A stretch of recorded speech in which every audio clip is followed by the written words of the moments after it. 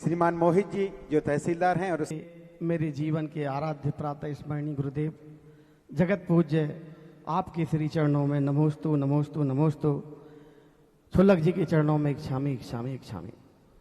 महाराज जी, पहले प्रश्न में आपने जो समाधान दिया है सभी को, मंदिर ट्रस्ट विवाद, उसी से एक प्रश्न इस संदर्भ में मैं भी ले रहा हूं, क्योंकि अभी सतीश जी ने कहा कि अंधे आंख वालों को रास्ते दिखाने लगे हैं और उल्लू सूरज को चमक दिखाने लगे हैं। महाराज जी, ट्रस्ट विवाद के संदर्भ में एक चीज ये आई कि बाइलाज कैसा हो, संविधान कैसा बने, इस पर अभी कुछ विवाद हुए। जैसे हमने शिखर जी के भी विवाद देखे, तमाम ट्रस्टों के, गिरनार जी को लेकर के भी देखे, और जब वो बात हमारे माननीय उच्च न्यायालय और उच्चतम न्यायालय तक गए तो वहां पर जितनी भी बहस होती है वो बाइलाज के ऊपर से ही होती है। कई बार देखने में यह आया है कि बाइलाज में परंपराओं का जिक्र नहीं होने से, हमारे आचार्यों का जिक्र नहीं होने से, हमारे तीर्थंकर भगवानों का जिक्र नहीं होने से हमको उसको प्रमाण करने में भारी दिक्कतों का सामना करना पड़ा। लेकिन जिन्हें ज्ञान नहीं है वो अंधे अब अपने अनुसार व्याख्या कर रहे हैं कि बाइलाज ऐसा होना चाहिए, ऐसा होना चाहिए, वैसा होना चाहिए।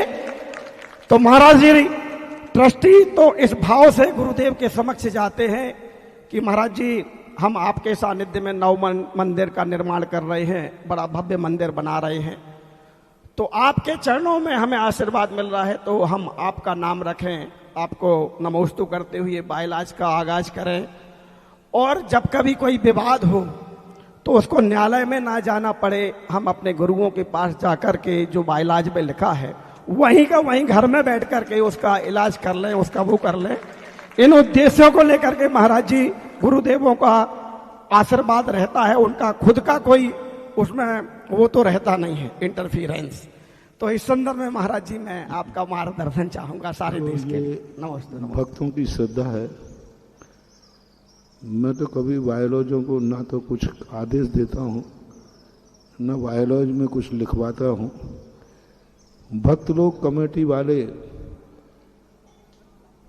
हमारे उपकारों से इतने उपकृत होते हैं कि वो सारी जन्नत मेरे पास सौंप देते हैं। मैं क्या करूं?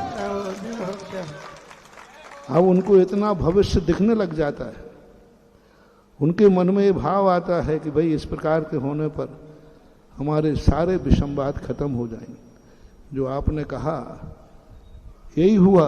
हमारे कई स्थानों पर इस प्रकार की स्थिति बनी। मंदिरों को एक स्थान पर एक व्यक्ति ने, एक समाज ने, एक साधु ने इतना बड़ा अतिक्रमण करने का प्रयास किया कि उस मंदिर की आमना को ही खत्म करने का भाव किया। तुरंत कमेटी ने निर्णय किया, फैसला किया, वो आचार्य के पास भी भेजा था और उसमें उन्होंने निर्णय पास किया कि आचार्य महाराज का निर्णय अंतिम और सर्वमान्य होगा। और ये प्रस्ताव पास करने के बाद आचार्य के पास मैंने ही खुद भेजा था, और उसके बाद सारा कोर्ट से भी ये निर्णय हुआ कि जिनके गुरु का निर्णय अंतिम है, कोर्ट उसके सामने कुछ भी नहीं बोलेगा।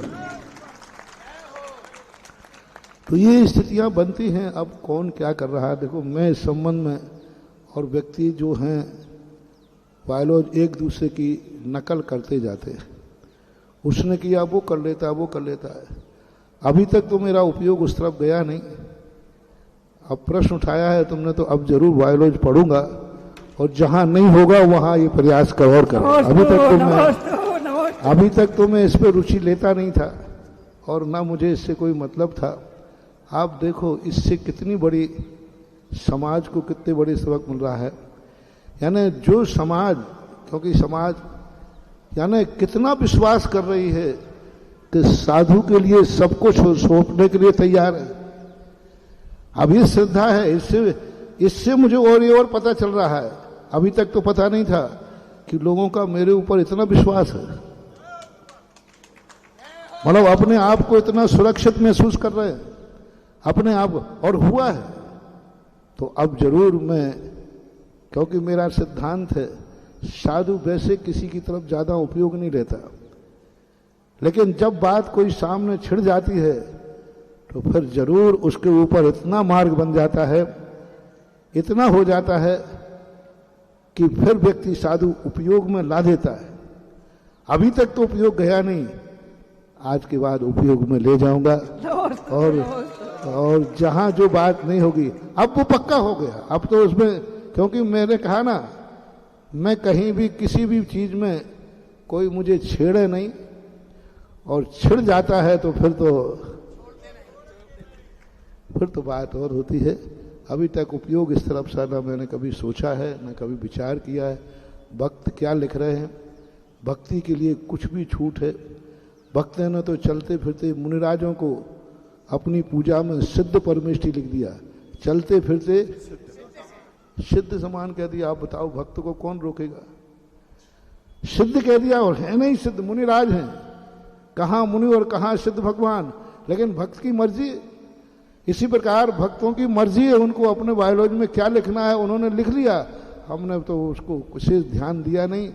लेकिन अब जरूर भक्तों की इस श्रद्धा पर मैं गौर करूंगा, और मैं भी इस पर अपने आप में अक्सर कर कई बार मैं अपनी खुद की पीठ ठोक लेता हूं कि मुझे गर्व है कि लोगों ने मेरे ऊपर इतना बड़ा विश्वास किया कि उन्होंने अपने बायोलॉजी में भी मेरा नाम लिख दिया। ये उनकी श्रद्धा और भक्ति है। ठीक है, अब मैं तो उसके लिए कुछ हूं नहीं, क्योंकि अब तुम्हारा काम है, भक्तों का काम है, उनको हम रोक नहीं सकते। सभी का समाधान भी आपके चरणों में ही होता है। नमस्ते महाराज जी, नमस्ते।